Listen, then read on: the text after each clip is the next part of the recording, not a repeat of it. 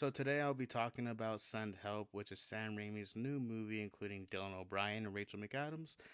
Honestly, this movie is actually pretty good and pretty enjoyable. And if you're a girl who's always wondered what it's like to be choked by and hair pulled by Dylan O'Brien, you get to experience all that in this movie. Honestly, I really thought this movie was gonna be cheesy. I thought this movie was gonna be kind of like predictable, but it wasn't like that at all. A lot of the movie kind of surprised me. I was really hoping with the survival aspect that Rachel McAdams shows in the trailers. I hope that that wasn't just a random.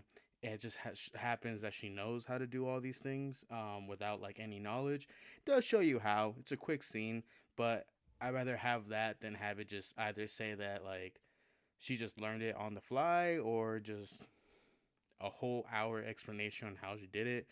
But everything kind of happens pretty quickly in the movie, which made it that much better.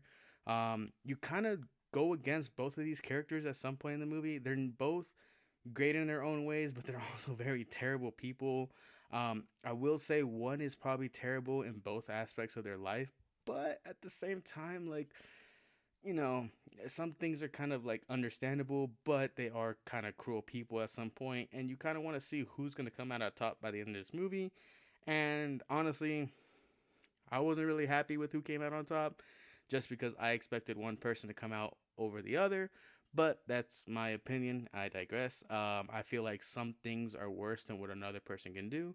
But that's not just me. I feel like this is a good way for people to be able to understand like the difference on these characters and who they feel more sympathy for. But if you're a person who likes a little bit of comedy with a little bit of horror and has that heart racing throughout the movie, this is a good one to check out. But that's just my opinion. Movies are interpretational. We can have different views if we want.